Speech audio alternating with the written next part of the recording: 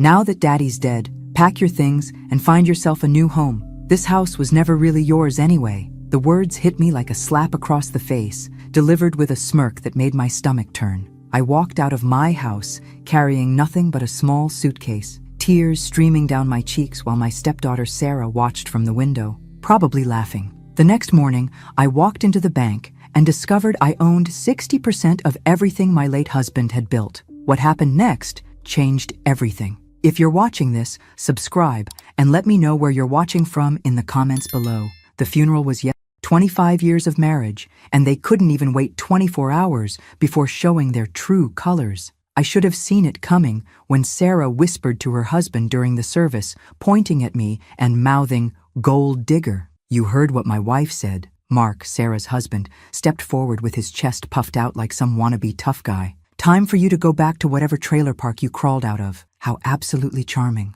I'd helped raise this man's children, been paying their private school tuition from my personal account for 3 years, and this was my thank you. Clearly, gratitude runs in the family. "I'll give you 30 minutes to pack," Sarah announced, checking her phone like I was some kind of appointment she needed to squeeze in. Then Mark's calling the police. The neighbors were probably having a field day with this drama. Mrs. Patterson from next door kept peeking through her curtains. I gave her a little wave, might as well give her a good show for her entertainment dollar. "This is my father's house," Sarah continued, her voice getting louder with each word. "You were just the hired help who got lucky." Hired help. 25 years of marriage reduced to hired help. I bit my tongue so hard I tasted blood, but managed to keep smiling. If only she knew what I knew. I packed my suitcase in silence while they watched me like vultures circling roadkill. Sarah even had the nerve to follow me around, making sure I didn't steal anything, as if I'd want their tacky decorations and discount furniture. "Don't even think about taking any of Mom's jewelry," she snapped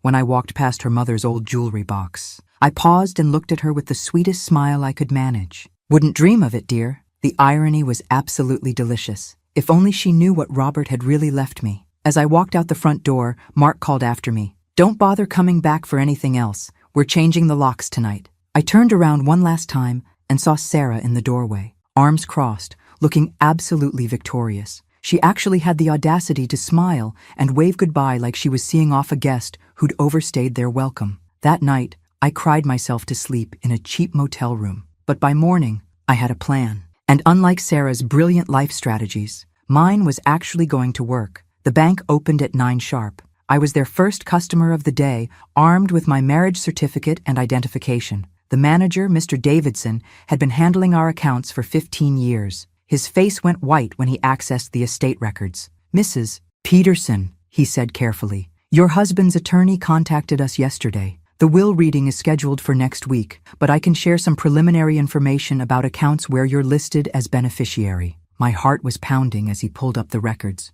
Time to see just how wrong Sarah had been about everything. "You're the primary beneficiary on several major accounts, and there's a private investment portfolio in your name that your husband funded over the years." I stared at the numbers on the screen. Robert had been setting money aside for me for decades, money Sarah knew nothing about. Apparently, the hired help was about to become very well compensated. "There's something else," Mr. Davidson continued, his voice dropping to a whisper. "Your husband added you as a signatory on the children's trust accounts last year. The records show some highly unusual activity." Oh, this was getting interesting. Mr. Davidson's hands were steady, but his voice carried concern as he spread the transaction records across his desk. "These trust accounts were meant to be untouched until the children reached 25, but there have been significant withdrawals over the past 18 months. I scanned the numbers, my blood running cold. Hundreds of thousands of dollars systematically transferred out of accounts meant for Robert's grandchildren.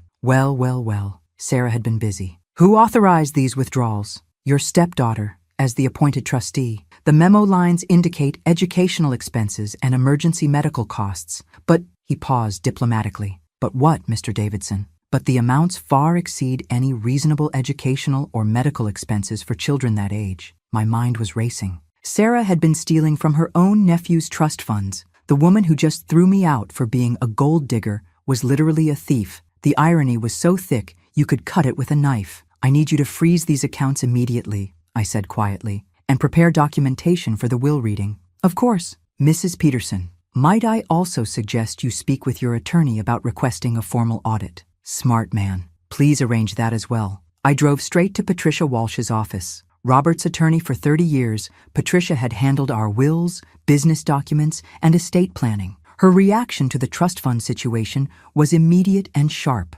This is embezzlement, Margaret. Those accounts were specifically designated for the children's futures. Can Sarah claim the withdrawals were legitimate? Not without receipts and documentation, which I doubt she has. Patricia pulled out a thick folder. Robert came to see me 6 months before he died. He was concerned about Sarah's behavior and wanted to ensure you'd be protected. She handed me a sealed envelope. He asked me to give you this after the will reading, but given what you've discovered, I think you should read it now. Robert's handwriting was shakier than I remembered, but his words were clear. My dearest Margaret, if you're reading this, it means my fears about Sarah were justified. I've loved her all her life, but I can no longer ignore her sense of entitlement. The woman I married 30 years ago deserves better than the treatment you've endured. Everything I've built, I built thinking of you. Use it wisely, use it well, and don't let anyone make you feel guilty for accepting what you've earned through decades of love and loyalty. So my supposedly manipulative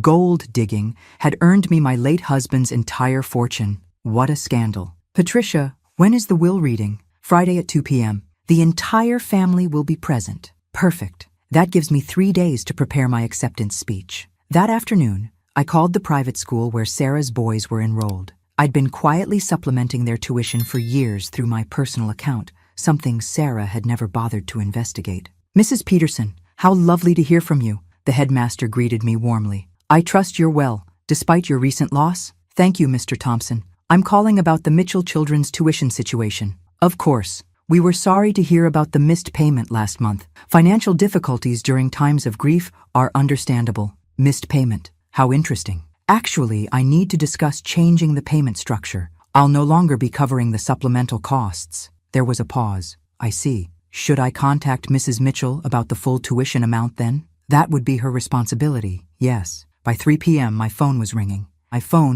Sarah's voice was tight with panic. What did you do? The school just called about tuition. I stopped paying for something that was never my responsibility. Amazing how quickly the tune changes when money's involved. You've been paying their tuition? The portion you couldn't afford, yes. For 3 years. The silence was absolutely beautiful. I could practically hear her brain trying to process this information. Margaret, we need to talk. Do we? Because yesterday you seemed quite clear that I wasn't family. We were emotional. Dad just died, and you threw me out of my own home. I'm not feeling very charitable today. Please, can we meet somewhere? Just to talk? I considered this. Sarah was starting to panic, which meant she was finally realizing the scope of what she didn't know. Time to let her sweat a little more. The coffee shop on Main Street, tomorrow at 10 a.m. Thank you, I hung up. Let her spend the night wondering exactly how much trouble she was in. That evening, I sat in my motel room reviewing bank statements and Robert's personal papers. He'd been meticulous about documenting Sarah's behavior, dates, incidents, conversations. It painted a picture of a daughter who'd never learned to appreciate what she had, but it also showed a father who'd never stopped hoping she'd change. The will reading was going to be absolutely spectacular. Sarah was already at the coffee shop when I arrived, hunched over a cup that looked like it had gone cold hours ago. She looked terrible. Unwashed hair, rumpled clothes, dark circles under her eyes. Guilt and panic really don't do wonders for the complexion. Thank you for coming, she said without looking up. I sat down across from her and waited. Sometimes silence is the most powerful weapon in your arsenal. I've been thinking about what you said, about the tuition. And? She finally met my eyes. I didn't know you were helping with the payments. I thought the trust fund money was covering everything. The trust fund money you've been withdrawing illegally? Her face went pale. How did you know about that? Your father made me a signatory on those accounts. I can see every transaction, Sarah. I smiled sweetly. Turns out the hired help has access to all sorts of interesting information. She started crying then, not the angry tears from yesterday, but desperate, frightened sobs. Amazing how quickly crocodile tears appear when someone's caught red-handed. It wasn't supposed to go this far, she whispered. How far was it supposed to go? Mark's business was failing. We were behind on mortgage payments, the kids' school costs were piling up, and Dad was so sick he wasn't paying attention to the finances. So you decided to steal from your children's inheritance? I was going to pay it back.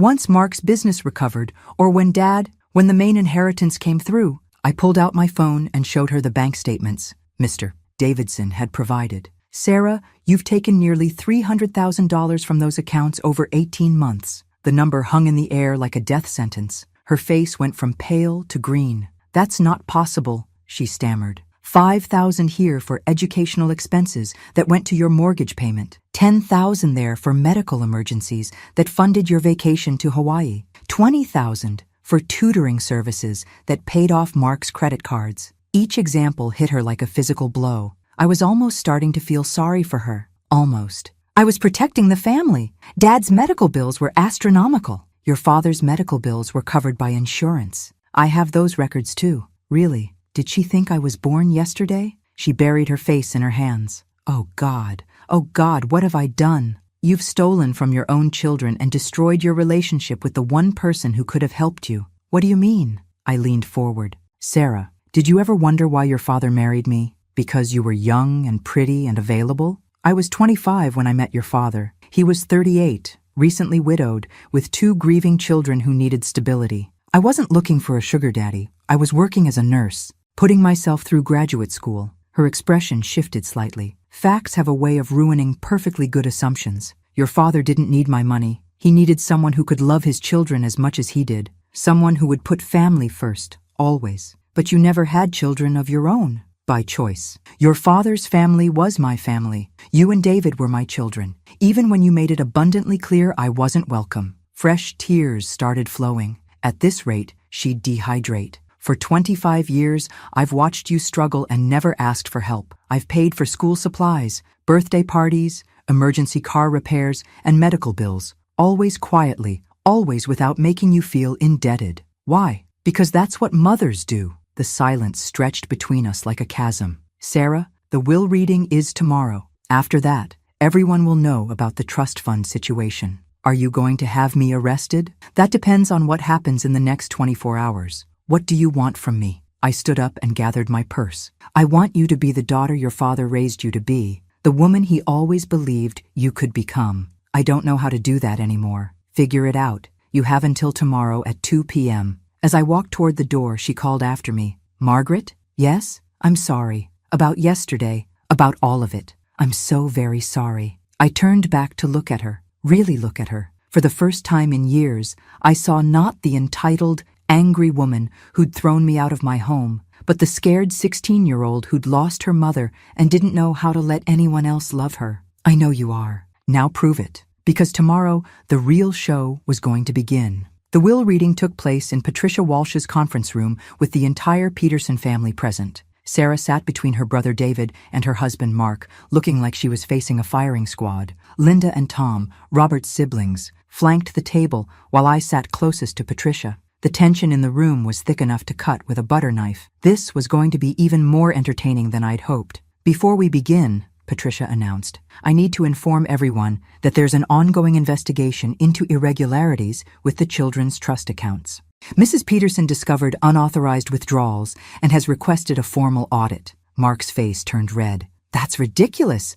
Sarah was the appointed trustee. Being a trustee doesn't authorize personal use of trust funds, Patricia replied calmly. Sarah had gone completely white. She'd had 24 hours to prepare for this moment, but clearly hadn't found the courage to confess to her family. Some people never learn. Let's proceed with the will reading, Patricia continued. Robert Peterson's last will and testament, dated 6 months before his death. The basic provisions were straightforward enough. I inherited the house, the beach property, and 60% of Peterson Construction. David received 20% of the business and a substantial cash bequest. Sarah received 15% of the business and her trust fund, what was left of it anyway. But then, Patricia read the personal letter Robert had included. To my beloved wife Margaret, she began, you have been the light of my life for 25 years. You loved my children when they couldn't love you back, supported my business when times were hard, and cared for me through sickness with grace and devotion.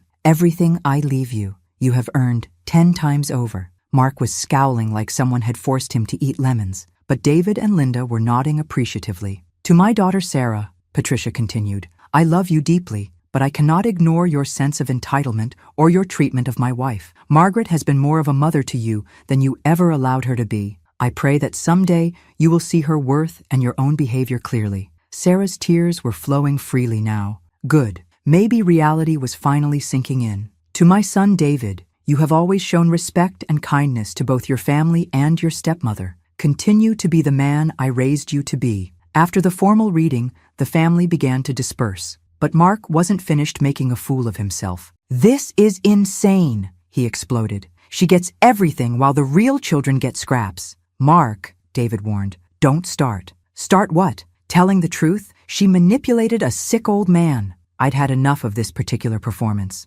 "Mark, would you like to explain to everyone how your wife spent her children's inheritance money?" The room went dead silent. You could have heard a pin drop in the parking lot. "What are you talking about?" Linda asked. I pulled out the audit report that had arrived that morning. Sarah has withdrawn nearly $300,000 from her children's trust funds over the past 18 months. The reaction was immediate and explosive. David stood up so fast his chair fell over. "Sarah, tell me this isn't true." Sarah couldn't speak. She just sat there crying while Mark sputtered denials like a broken sprinkler system. "The audit shows systematic withdrawals," I continued, thoroughly enjoying every second of this. "Money that was supposed to fund the boys' college education went to cover mortgage payments, credit card debt, and personal expenses." Tom was reading over my shoulder, his face darkening with each page. "Sarah, these boys are my grandnephews. How could you steal from them?" "It wasn't stealing," Mark shouted. "We're their parents. We have every right." "No," David's voice was ice cold. "You don't. Those accounts were specifically designated as untouchable until the children reached 25. Linda was staring at Sarah in horror. "How much is left?" I consulted the report with theatrical precision. "About $40,000 out of $350,000. The number hit the room like a nuclear bomb. I could practically see the radiation poisoning spreading across their faces. Sarah finally found her voice. "I was going to pay it back. Once Mark's business recovered, or after Dad." "After Dad what?" David demanded. "After he died and you inherited his money? Were you planning to steal from his estate too?" "It wasn't like that." But even as she protested, everyone could see the truth. Sarah had been counting on inheritance money to cover her thefts. Unfortunately for her, she'd severely miscalculated who would be inheriting what. "There's something else," I said quietly, "because why stop when you're having so much fun?" The business has been carrying significant debt for the past 2 years. Debt that Sarah, as financial manager, should have disclosed. Patricia nodded grimly. The company's accountant discovered irregularities there as well. Funds transferred to personal accounts, fake vendor payments, altered expense reports. Mark jumped up, swaying slightly. He'd clearly been drinking before the meeting. "You can't prove any of this." "Actually, we can." I handed him a copy of the criminal complaint I'd filed that morning. Embezzlement charges were filed this morning with the district attorney's office. Sarah let out a wail of despair. "Margaret, please, you said you'd give me 24 hours. I gave you 24 hours to confess to your family and take responsibility. Instead, you let your husband attack me and continued lying." David was looking at his sister like he'd never seen her before. "Sarah, how did it come to this?" "I don't know," she sobbed. "Everything just spiraled out of control, and I didn't know how to stop it." Linda stood up, her face etched with disappointment. "I think we've heard enough. Margaret, I owe you an apology. We all do." "No apology necessary. You couldn't have known." As the family filed out, Sarah caught my arm. "Please," she whispered, "isn't there some way to fix this?" I looked into her desperate eyes and felt something that might have been pity. "Might have been. There might be," I said quietly. "But it would require you to be completely honest with everyone, your family, the authorities, yourself." "I'll do anything. We'll see about that." Because if I knew Sarah at all, she still had a few more lies left to tell. 3 weeks later, Sarah knocked on my hotel room door at 7 a.m. I'd moved to a nicer place across town while house hunting, but was taking my time finding the right property. No rush when you're suddenly rich beyond your wildest dreams. "I brought coffee," she said, holding up a carrier with 2 cups, "and copies of everything." Everything turned out to be a complete financial confession. Every withdrawal, every forged document, every lie she'd told over the past 2 years. She'd also brought documentation of Mark's gambling debts, which explained where much of the stolen money had actually gone. How delightfully predictable. "The prosecutor wants to meet with you tomorrow," she said, settling into the chair across from my small table. My attorney thinks if I cooperate fully and make restitution, I might avoid prison time. And Mark? Mark is no longer my problem. She held up her left hand, showing the absent wedding ring. I filed for divorce yesterday. Well, that was unexpected. Are you sure about this, Sarah? He's been gambling away our future for years. The business failures, the constant need for money, it was all to cover his addiction. She took a shaky breath. I convinced myself I was protecting my family, but I was really enabling his destruction of it. I studied her face, looking for signs of manipulation or self-pity. What I saw instead was exhaustion and something that might have been genuine remorse or really good acting. With Sarah, it was always hard to tell. The boys don't know yet, she continued. About the divorce or the charges, I wanted to talk to you first. Why? Because they're going to need stability. They're going to need family who can help them through this. She pulled out another document. I want to sign over full custody to you. I nearly dropped my coffee. Even I hadn't seen this level of drama coming. Sarah, that's not necessary. Yes, it is. I'm going to face criminal charges. Even if I avoid prison, I'll have a record. The boys deserve better than that. You're their mother, and I've been a terrible one. You've been paying their school tuition for 3 years. You remember their birthdays when I forget. You've been more of a grandmother to them than I've been a mother. Tears were streaming down her face, but her voice was steady. I don't deserve them, but you do. I reached across the table and took her hand. Sarah, what you've done is terrible, but giving up your children isn't the answer. Then what is? Taking responsibility, making restitution, getting help for the problems that led you here, and fighting every day to become the person your father believed you could be. She looked up at me with red, swollen eyes. Do you think that's possible? After everything I've done? I think your father spent 25 years hoping for exactly this conversation. We sat in silence for a moment. I was actually starting to believe she might be serious about changing. Either that, or she'd become a much better actress. There's something else, she said quietly. Something I need to tell you about Dad. My heart clenched. What about him? The last time I saw him conscious, he asked me to take care of you. He said you'd been the best thing that ever happened to our family, and he was worried about how we'd treat you after he was gone. Fresh tears started falling. I promised him I would. I looked my dying father in the eye and promised to take care of you. Her voice broke. And then I threw you out of your own house. Oh, sweetheart. I've broken every promise I ever made to him, but if you'll let me, I want to try to keep this one. I squeezed her hand. How do you propose to do that? By accepting the consequences of my actions, by trying to make things right, by proving that the daughter he loved is still in here somewhere. That afternoon, I called David to update him on the situation. His reaction was exactly what I'd expected. She wants to give you custody of the boys? His voice was filled with disbelief. She's overwhelmed and scared. I think she believes it's the noble thing to do. What do you think? I think those boys need their mother to fight for them, not abandon them. Even after everything she's done? Especially after everything she's done. They need to see that people can change, that mistakes don't define you forever. David was quiet for a moment. You're a better person than I am, Margaret. I'm not sure I could forgive her. I'm not sure I have yet, but I'm willing to try. What do you need from me? Help me convince her that running away isn't the answer. Those boys are going to need both of us to get through this. The next morning, I accompanied Sarah to her meeting with the prosecutor. We sat in a sterile conference room while she detailed every financial crime she'd committed over the past 2 years. It was like watching someone perform surgery on themselves without anesthesia.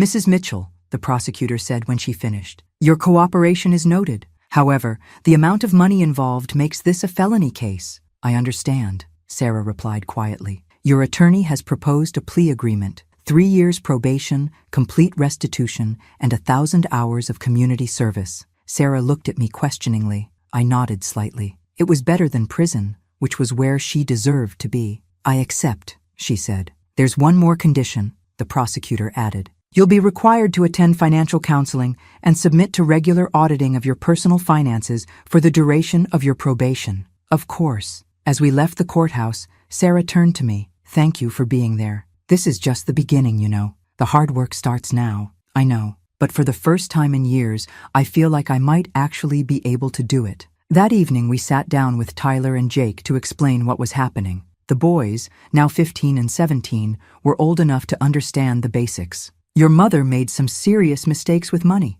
I told them gently. She's going to work very hard to fix them, but it means some changes for your family. Are you getting divorced? Tyler asked directly. Sarah took a deep breath. Yes, your father and I are getting divorced. Because of the money stuff? Because of a lot of things that have been wrong for a long time. Jake, the older boy, looked at me. Grandma Margaret, are you going to help us? The title still made my heart skip. Always. We're family, no matter what. Good, he said simply. Because Mom's going to need help figuring out how to be normal. Out of the mouths of babes. Sometimes teenagers are the wisest people in the room. The house sold faster than expected. The new owners wanted to close in 2 weeks, which meant Sarah had to find a place for her and the boys immediately. With her credit destroyed and facing criminal charges, options were limited. What a shame. Really broke my heart. I found an apartment, she told me over coffee. This had become our weekly tradition. It's small, but it's clean, and in a good school district. Can you afford it? Her face flushed. That's what I wanted to talk to you about.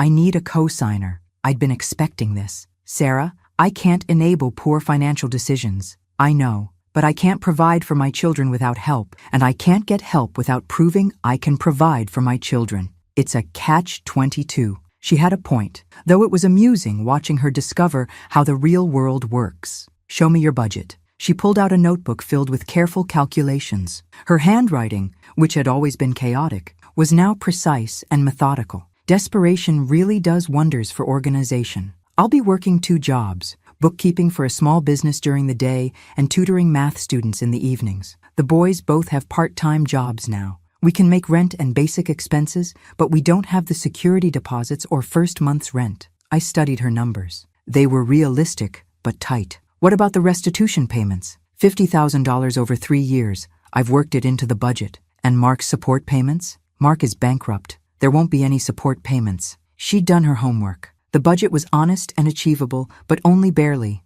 It was almost impressive how thoroughly she'd managed to destroy her financial life. If I co-sign this lease, what happens if you relapse into old behaviors? You mean if I start stealing again? I mean if you start making financial decisions based on what you want instead of what you can afford. She was quiet for a moment. Then you kick me out and take custody of the boys. Sarah, no, I'm serious. That should be part of our agreement. If I screw this up, if I prove I can't be trusted, then you take them. They deserve stability more than they deserve their mother's pride. It was a sobering conversation, but also encouraging. The Sarah who'd thrown me out of my house 6 months ago would never have considered putting her children's needs before her own ego. All right, I'll co-sign the lease, but I want monthly financial reports, and I want the boys to know they can come to me if things get difficult. Relief flooded her face.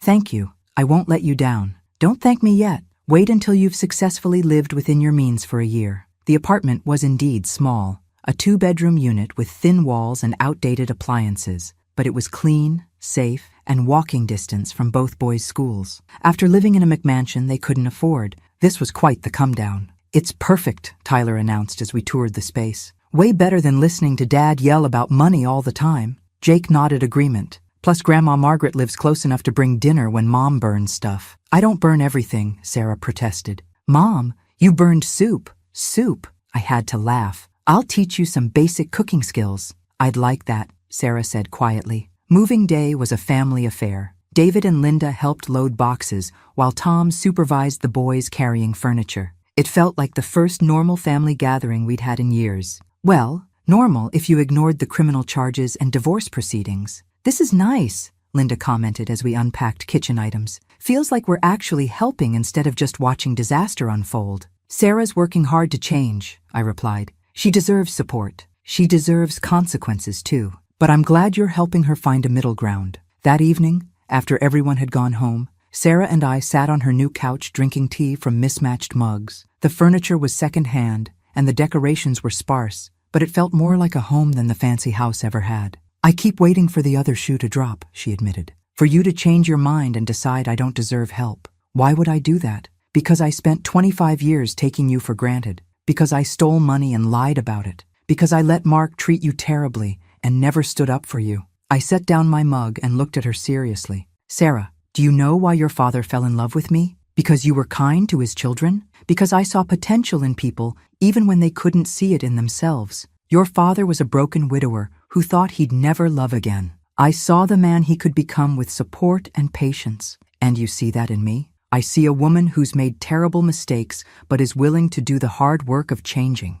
That's more than many people ever manage." She started crying. Again. The woman had become quite the waterworks over the past few months. At this rate, I was going to need to buy stock in tissue companies. "I love you," she whispered. "I should have said that 25 years ago. But I love you. I love you too. Kiddo. Always have. Even when I was being horrible? Especially when you were being horrible. That's when love matters most." The boys emerged from their shared bedroom, where they'd been setting up gaming systems and debating furniture placement. "Are you two having a moment?" Jake asked suspiciously. "Yes," I replied. "Deal with it." "Cool. Tyler burned popcorn in the microwave. Can you teach him how to use it properly?" "How do you burn popcorn?" Sarah asked incredulously. "Same way you burn soup, apparently," Tyler replied. "It's a family talent." "That settles it," I announced. "Cooking lessons start tomorrow." As I drove home that night, I reflected on how much had changed in 6 months. Sarah was facing criminal charges and financial ruin, but for the first time in years, she seemed genuinely happy. Her children were speaking to her with respect instead of frustration. Her family was supporting her instead of enabling her. Sometimes losing everything is the only way to find what really matters, even if it takes some people longer than others to figure that out. The phone call came at 6 a.m. on a Tuesday. Sarah's voice was tight with panic, which really isn't the best way to start your morning. "Margaret, I need help. Mark showed up at the apartment last night." I was instantly awake. "What happened?" "He was drunk and angry about the divorce papers. He started yelling about how this was all your fault, how you'd poisoned me against him. Because of course it was my fault. Everything always is, apparently. Are you and the boys okay?" "We're fine." "He didn't hurt anyone, but he scared the neighbors. The police came and arrested him for violating the restraining order." Mark had been served with a restraining order the previous week after showing up at Sarah's workplace demanding money. Apparently, he wasn't taking the boundaries seriously. What a shock. "Where are you now?" "Still at the apartment. The police said it was safe, but the boys are rattled. Pack some bags. You're staying with me until this gets sorted out." "Margaret, I can't impose." "You're not imposing. You're accepting help from family." An hour later, Sarah and the boys were settled in my townhouse. I'd only been living there for a month, but it already felt more like home than the house I'd shared with Robert. Amazing how much more relaxing life becomes when people aren't constantly trying to steal from you. "This place is nice," Tyler observed, examining my modern kitchen appliances. "Everything actually works. And there's no holes in the walls," Jake added, referencing their father's tendency toward destructive outbursts. Sarah looked embarrassed. "The boys are still adjusting to how normal families live." "Normal is overrated," I replied, "but safe is non-negotiable." Over breakfast, we discussed the situation with Mark. His gambling debts had apparently worsened since the separation, and he was becoming increasingly desperate for money. Desperation makes people dangerous and stupid. "He keeps saying the boys' trust fund money belongs to him," Sarah explained. "He can't understand that it's gone." "Does he know about the criminal charges?" "He knows, but he thinks it's all a misunderstanding. He told the police that you manipulated me into confessing to things I didn't do." I nearly choked on my coffee. The audacity was breathtaking. "Excuse me?" "Mark's version of reality has become flexible. He's convinced that you're the villain in this story." "Well, at least he's consistent in his delusions." The boys were listening to this conversation with expressions of disgust that would have been funny under different circumstances. "Dad's been acting crazy for months," Jake said bluntly. "Even before you threw him out, Mom. He'd stay up all night gambling online, then sleep all day instead of working." "We're glad you divorced him," Tyler added. "He was making everyone miserable." It was sobering to hear 15 and 17-year-olds speak so matter-of-factly about their father's dysfunction, but at least they were old enough to recognize toxic behavior when they saw it. That afternoon, Sarah's attorney called with an update on Mark's arrest. "He's being held overnight," she explained to Sarah over the phone, "but he'll likely be released tomorrow with additional conditions on the restraining order." "What kind of conditions?" "No contact with you or the children, no approaching your residence or workplace, and mandatory attendance at Gamblers Anonymous meetings." Sarah hung up, looking worried. "He's not going to follow those conditions. Mark doesn't think rules apply to him." She was right to be concerned. That evening, as we were finishing dinner, Mark called her cell phone 17 times in a row. When Sarah finally answered to tell him to stop, his voice was loud enough for all of us to hear. "You think you're so smart, hiding behind that old witch, but I know where you really are." I took the phone from Sarah's trembling hands. Time to remind him who he was dealing with. "Mark, this is Margaret." "You! This is all your fault. You destroyed my family. Your gambling addiction destroyed your family. Sarah and the boys are safe, and they're going to stay that way. I have rights. Those are my children. Those children have the right to live without fear, something they haven't had in years. I hung up and immediately called the police to report the violation of the restraining order. He'll be arrested again within the hour, the officer assured me. This time, bail will be set higher. How long can this continue? Until he gets help, or until he commits a more serious crime that lands him in prison long term? Not exactly reassuring, but at least he'd be someone else's problem for a while. That night, as Sarah tucked the boys into the guest beds, I could hear her talking quietly with them about safety plans and emergency procedures. It broke my heart that children should need such conversations about their own father. Grandma Margaret? Tyler appeared in my kitchen doorway in his pajamas. What's up, kiddo? Is Dad going to keep trying to hurt us? I knelt down to his eye level. I don't know what your father is going to do, but I know that your mother and I are going to do everything possible to keep you safe. Good, because Mom's been happier in the past few months than she's been in years. Dad was always making her cry, out of the mouths of babes. Indeed. Tyler, do you understand why your parents got divorced? Because Dad's sick in his head and won't get help, and because Mom finally got smart enough to stop letting him hurt us. 15 years old, and he understood family dysfunction better than most adults. Your mother loves you very much. She made some bad choices, but she's working hard to do better. I know. She's different now. Like, she actually listens when we talk instead of always worrying about Dad's next meltdown. How do you feel about that? It's weird, but good.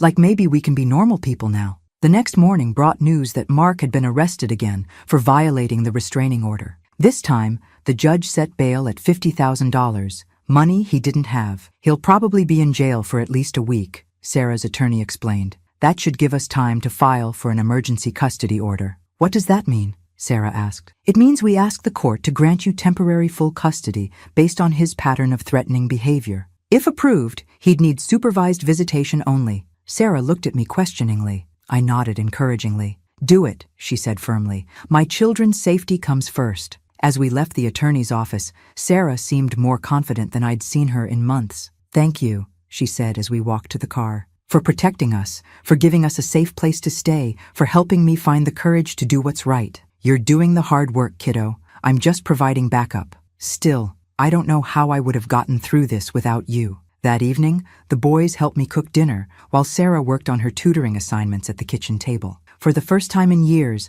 the Peterson family felt like an actual family. It only took a theft investigation, criminal charges, and a restraining order to get us here. Tyler was carefully chopping vegetables while Jake stirred pasta sauce, both of them chattering about school and friends and normal teenage concerns instead of adult problems. This is nice, Sarah observed, looking up from her papers. Peaceful. Weird how much easier life gets when you're not constantly managing crisis, I replied. Yeah, who knew that making good choices leads to good outcomes? Crazy concept, Jake deadpanned. Maybe you should write a book about it. How not to ruin your life. A guide by someone who definitely ruined her life, Tyler suggested. Sarah laughed, actually laughed, for the first time in months. Progress. Slow, messy, but undeniable progress. 4 months later, Sarah's probation officer was impressed enough to recommend early termination of some requirements. Sarah had made every restitution payment on time, completed her community service hours ahead of schedule,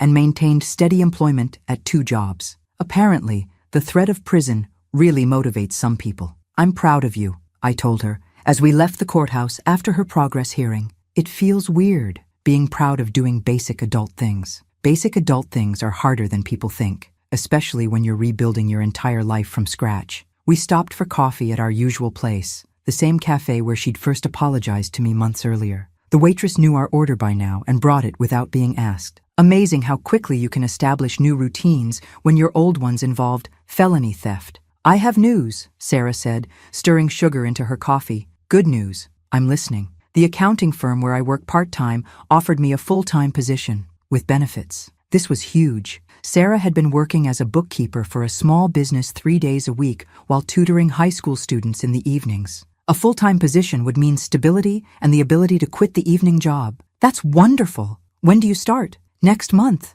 And Margaret, they know about my record. I told them everything during the interview process, and they hired me anyway. I reached across the table and squeezed her hand. Your father would be so proud. Do you really think so? I know so. He always believed in second chances and honest work. There's something else. She pulled out an envelope. Jake got accepted to State University with a partial scholarship. My heart swelled with pride. Jake had worked incredibly hard to bring his grades up after his parents' separation. Between his part-time job and intensive studying, he'd transformed himself from a struggling student to a strong college candidate. He'll still need help with expenses, Sarah continued, but between the scholarship, his savings, and what I can contribute, and what's left in the trust fund, I added. Actually, that's what I wanted to discuss with you. I've been making extra payments toward the restitution, and I've paid back about 60% of what I took, but I want to restore the boys' trust funds completely before Jake starts college. Sarah, that would take every penny you have saved. I know. But those accounts were never mine to touch. The boys deserve to have their grandfather's gift intact. How do you propose to pay for living expenses while making such large payments? She took a deep breath. I want to sell my mother's jewelry. This was significant. Sarah had treasured her mother's jewelry collection since she was 16, often talking about passing it down to future daughters-in-law. It was her most valuable possession and her strongest connection to her mother's memory. Are you sure about this? Mom would want her grandsons to have every opportunity for success. The jewelry is beautiful, but it's just stuff. Their education matters more. What about keeping some pieces for sentimental value? I thought about that. I want to keep her wedding ring and maybe one necklace. The rest can go to benefit the boys. That afternoon, we went to a reputable jewelry appraiser downtown. The collection was worth more than I'd expected, nearly $40,000. Apparently, Sarah's mother had excellent taste in both jewelry and men. This would completely restore the trust funds, the appraiser explained, with some left over for college expenses. Sarah signed the consignment papers without hesitation. Your mother would be proud of this choice, I told her, as we walked back to the car. You think so? I know so. She raised a daughter who finally learned to put family first. That evening, we gathered the boys to share the news about Jake's college acceptance and the trust fund restoration. Wait, Tyler said, processing the information. You're selling Grandma's jewelry to pay back money you stole from us? Sarah winced at the blunt description, but nodded. Yes, he paused, searching for words. That's actually pretty cool, Mom. Jake was staring at his acceptance letter with tears in his eyes. I can't believe this is real. Last year I thought I'd be lucky to graduate high school. Last year was a different life, Sarah replied. This year, we make better choices. Speaking of better choices, I interjected, I have an announcement of my own. All three of them looked at me expectantly. I've decided to establish a scholarship fund at the high school, the Robert Peterson Memorial Scholarship for students who've overcome family challenges. Like what kind of challenges? Tyler asked. Like having parents who made serious mistakes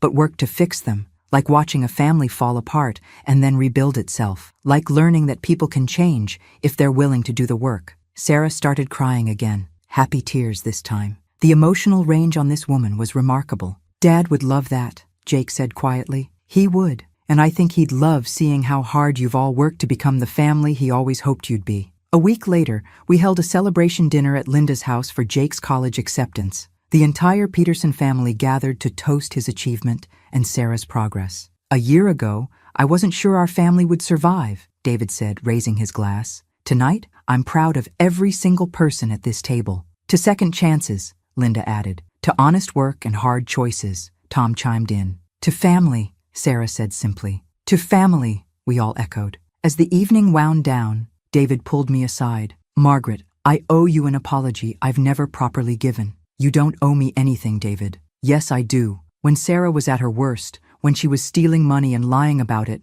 I was ready to write her off completely. You're the one who insisted she could change. She did the changing herself, but you gave her the chance. And more importantly, you gave her consequences with love instead of consequences with punishment. That made all the difference. Your father taught me that people deserve opportunities to become their best selves. Well, it worked. Look at her now, working 2 jobs, living within her means, putting her children first. She's become the daughter Dad always believed she could be. That night, as I helped Sarah load leftovers into containers for the boys, she asked me a question that had clearly been on her mind. Margaret, what would have happened if I hadn't changed? If I'd kept lying and stealing and blaming everyone else? I would have followed through on pressing charges. You would have gone to prison, lost custody of the boys, and probably never rebuilt your relationship with the family. And you would have been okay with that? I considered the question carefully. I would have been heartbroken, but yes, Sometimes love means letting people face the full consequences of their choices.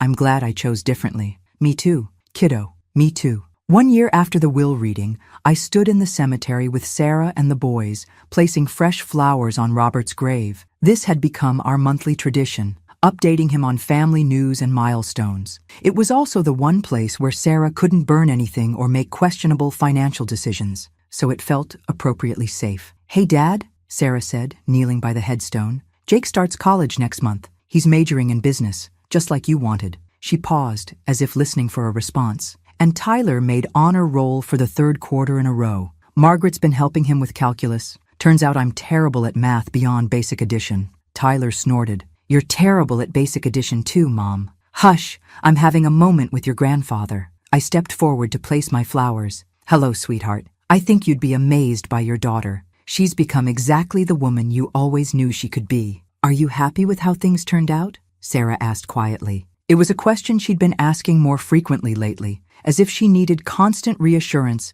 that redemption was real and lasting. "I'm happy with the work you've done," I replied. "Your happiness is your own responsibility now." That's a very therapist thing to say. I've been reading self-help books. Sue me. The boys wandered off to explore other sections of the cemetery, giving us privacy for deeper conversation. They'd developed an impressive ability to sense when the adults needed to talk about feelings and emotions. "Margaret, can I ask you something personal?" "Always." "Do you ever regret not remarrying after Dad died?" "You're only 55. You could still have a completely different life." I considered the question while watching Tyler and Jake examine an elaborate Victorian monument. "I loved your father deeply, but I'm not opposed to love in general. If the right person came along, but right now, I'm exactly where I want to be. Watching you rebuild your life, helping the boys navigate college and careers, building relationships with the family I always hoped to be part of. This feels like the life I was meant to have, even though it took 25 years to get here, especially because it took 25 years. Easy victories don't teach you anything." Sarah was quiet for a moment, processing this. "I used to think Dad married beneath himself when he chose you, a nurse instead of someone from his social class. And now I think he married someone who understood that real worth comes from character, not circumstances." We sat on the bench near Robert's grave, watching the boys attempt to read weathered inscriptions on century-old headstones. "Sarah, do you remember the last conversation you had with your father? When he asked me to take care of you. Do you feel like you've kept that promise?" She was quiet for a long time, tears slowly forming in her eyes. "I'm trying to. Every day, I'm trying to become someone who deserves the second chance you gave me. You don't have to earn the second chance. It was freely given. What you're earning now is your own self-respect." Same thing, isn't it? Not at all. Self-respect is harder to achieve and more valuable once you have it. That evening, back at Sarah's apartment, we were preparing dinner when she brought up a topic that had been weighing on her mind.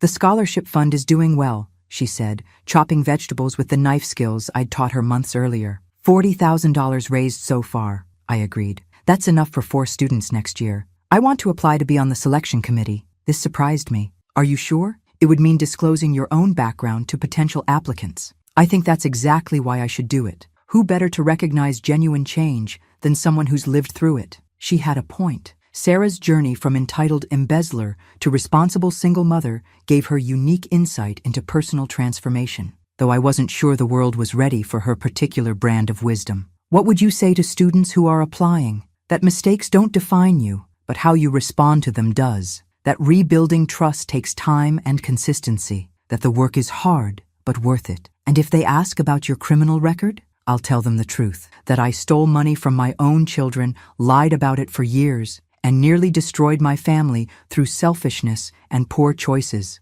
That's pretty harsh. It's honest. And then I'll tell them how I've spent the past year making amends, rebuilding relationships, and learning to live with integrity. You think that will inspire them? I think it will show them that redemption is possible if you're willing to do the work. The boys emerged from their homework sessions in time to help set the table. "What are you two talking about so seriously?" Jake asked. "Whether I should volunteer to help select scholarship recipients," Sarah explained. "That's a great idea, Mom," Tyler said immediately. "You'd be good at spotting kids who are serious about changing their lives." "You think so?" "Definitely. Plus, you could tell them about all your spectacular failures and how you fixed them." Sarah laughed. "Thanks for the vote of confidence, kiddo." "Mom," Jake said thoughtfully, Remember when you used to cry all the time and we never knew why? I remember. I'm glad you don't do that anymore. This is way better. What's way better? Having a mom who's proud of herself instead of ashamed all the time. The simplicity and accuracy of his observation was stunning.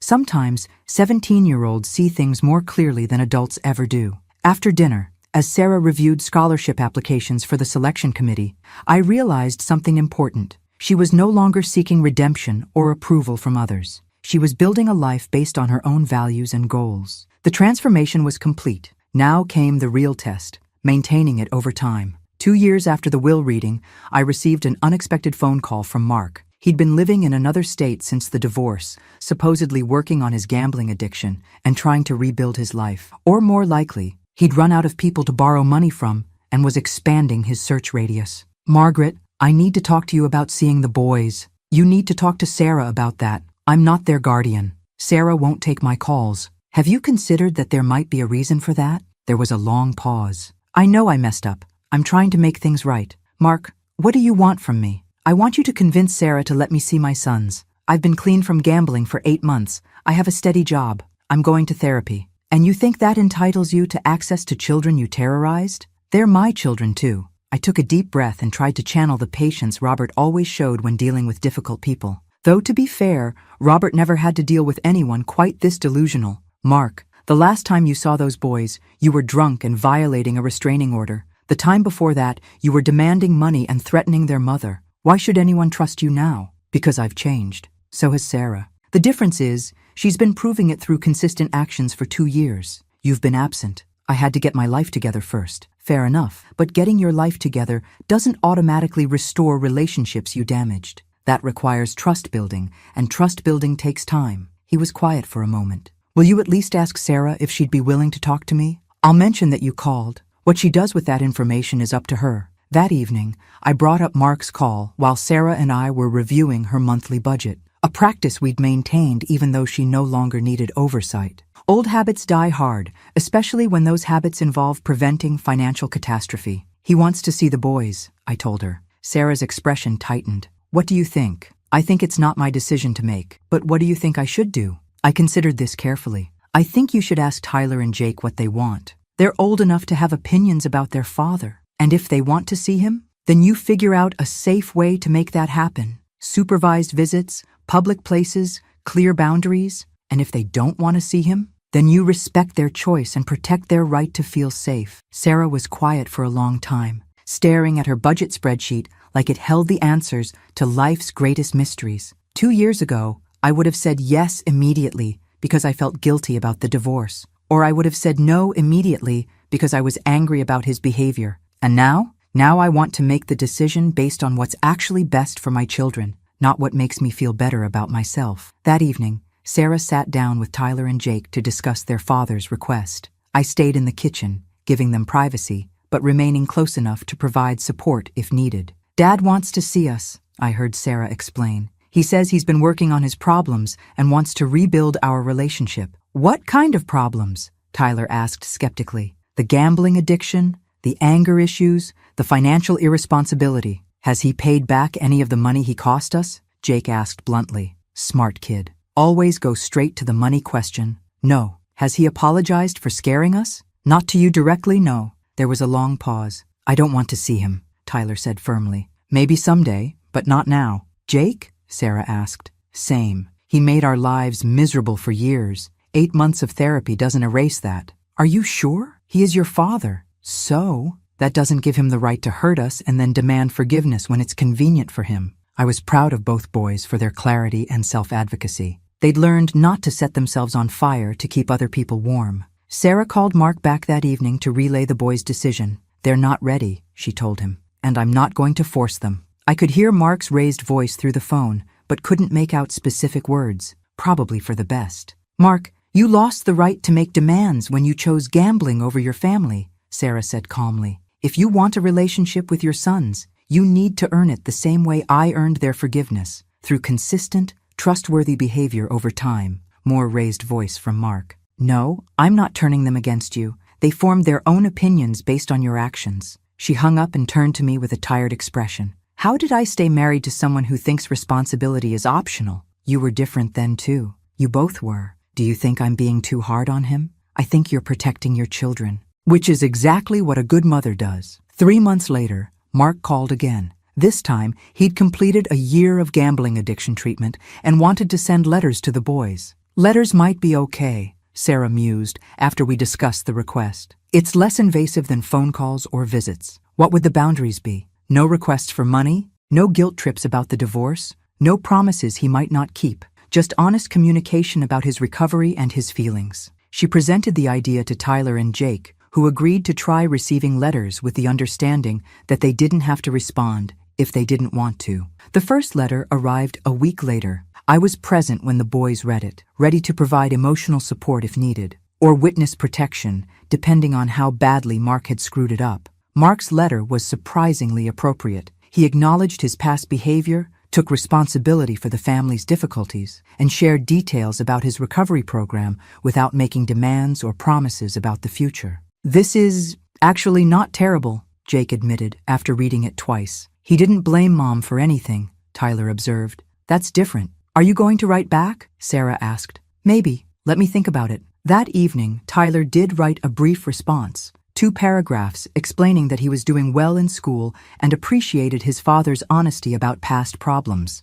Jake chose not to respond, but he didn't throw the letter away either. Progress, Sarah said simply. Slow progress is still progress, I agreed. By the end of the year, the boys were exchanging occasional letters with their father and had agreed to a supervised phone call on Christmas Day. It wasn't reconciliation, but it was communication, which was more than anyone had expected. I'm proud of how you handled this, I told Sarah as we wrapped Christmas presents for the boys. I almost screwed it up so many times. I wanted to either punish Mark by keeping the boys away from him or guilt them into forgiving him faster. But you didn't do either of those things. Because you taught me that good parenting means supporting your children's emotional needs, not managing your own guilt and anger through your children. Where did you learn that? Therapy. Turns out there are books about how to be a functional human being. Who knew? I laughed. Sarah's sense of humor about her own recovery process had become one of my favorite things about her transformation.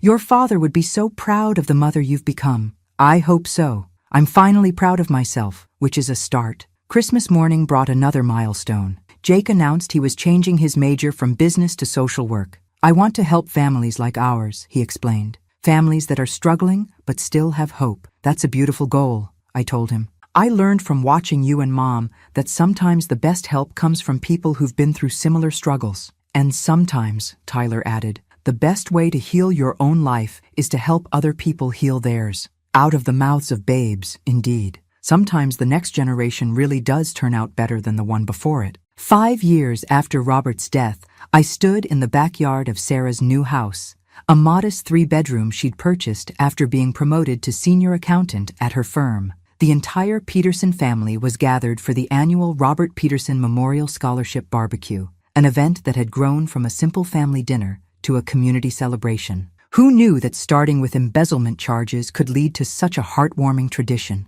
"Grandma Margaret!" a small voice called out. I turned to see Emma, David's 4-year-old granddaughter, running toward me with a dandelion clutched in her tiny fist. "For you," she announced, presenting the wilted flower with the solemnity of a state ceremony. "It's beautiful, sweetheart. Thank you." Emma beamed and ran off to find more flowers to pick, leaving me with a handful of weeds and a heart full of joy. Children have such a talent for finding beauty in the most unlikely places. "She adores you," Linda observed, joining me at the picnic table where I was arranging Emma's botanical gifts in a plastic cup. "The feeling is mutual. It's amazing how much this family has grown and changed," Linda continued, gesturing toward the crowd gathered in Sarah's yard. 5 years ago, I wasn't sure we'd ever speak to each other again." I followed her gaze across the gathering, Sarah laughing with Tom's wife while they tended the grill, Tyler and Jake playing cornhole with their cousins, David pushing Emma on the swing set he'd installed that morning. "Your brother would be amazed," I said. "He'd be proud of all of us, but especially of you." "Me? You held this family together when we were falling apart. You gave Sarah consequences when she needed them and support when she was ready to change. You turned an inheritance dispute into a story about redemption. Sarah did the hard work of changing, but you made it possible. There's a difference." Before I could respond, Sarah approached with a young woman I didn't recognize. "Margaret, I want you to meet Jessica Torres. She's our first scholarship recipient to graduate college. Jessica was a petite young woman with serious eyes and a firm handshake. Mrs. Peterson, I can't thank you enough for the scholarship program. It literally changed my life. Tell me about yourself, I said, genuinely curious. I was 17 when my mom was arrested for drug possession. My dad had been gone for years, and I was basically raising my 2 younger brothers alone. I thought I'd have to drop out of high school to work full-time. What changed? Sarah found me crying in the guidance counselor's office and told me about the scholarship program. She also told me about her own story, how she'd made terrible mistakes but found a way to rebuild her life. I glanced at Sarah, who was listening with quiet pride. Sarah convinced me to finish high school and apply for college. The scholarship covered tuition, and she helped me find a part-time job that worked with my class schedule. What did you study? Social work, just like Jake. I want to help other kids who are dealing with family crisis. And your brothers? They're both in high school now, both honor students. They want to apply for Peterson scholarships when they graduate. Jessica's story was exactly what Robert had hoped for when I established the fund in his memory. Young people overcoming difficult circumstances through education and support. What's next for you? I asked. I start graduate school in the fall, and I'll be doing my internship with the County Family Services Department. Sarah offered to be my practicum supervisor. I looked at Sarah in surprise. You didn't mention you were supervising students. It's new. The university needed placement sites for students interested in financial counseling and family crisis intervention.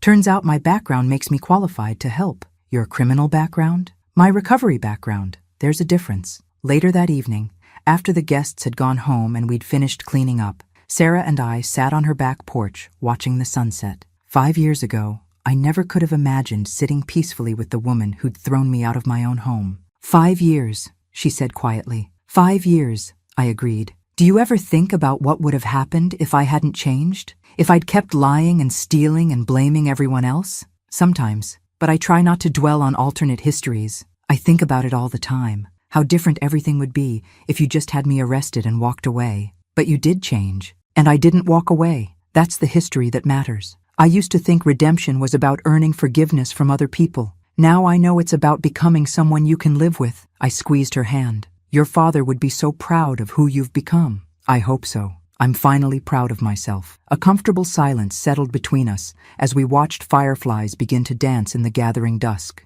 There's something magical about summer evenings when you're surrounded by people you love, even if it took criminal charges to get everyone there. Margaret, can I ask you something I've been wondering about for months? Of course. Do you ever feel like Dad set this whole thing up?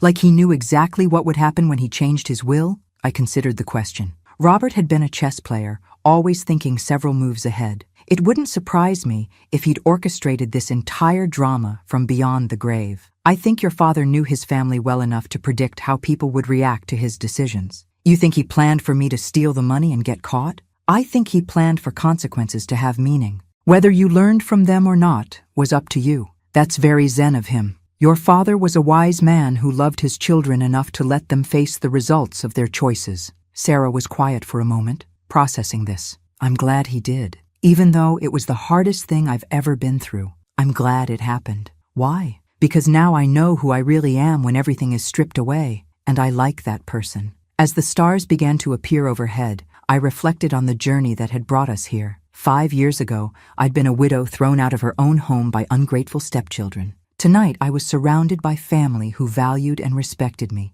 watching those same stepchildren raise their own children with love and integrity. Sarah, yeah, thank you. For what? For becoming the daughter your father always knew you could be. For giving me the family I always hoped to have. For proving that people can change if they're willing to do the work. She leaned over and hugged me tight. Thank you for not giving up on me when I'd given up on myself. I love you, kiddo. I love you too, Mom. Mom. After 27 years, she finally called me Mom. Robert's plan had worked perfectly. The old schemer had gotten exactly what he wanted. A family that actually acted like family. A wife who was respected and loved, and children who'd learned that character matters more than entitlement. It only took embezzlement charges, criminal prosecution, and 5 years of hard work to get us here. But it was worth every minute. Thanks for listening. Don't forget to subscribe and feel free to share your story in the comments. Your voice matters.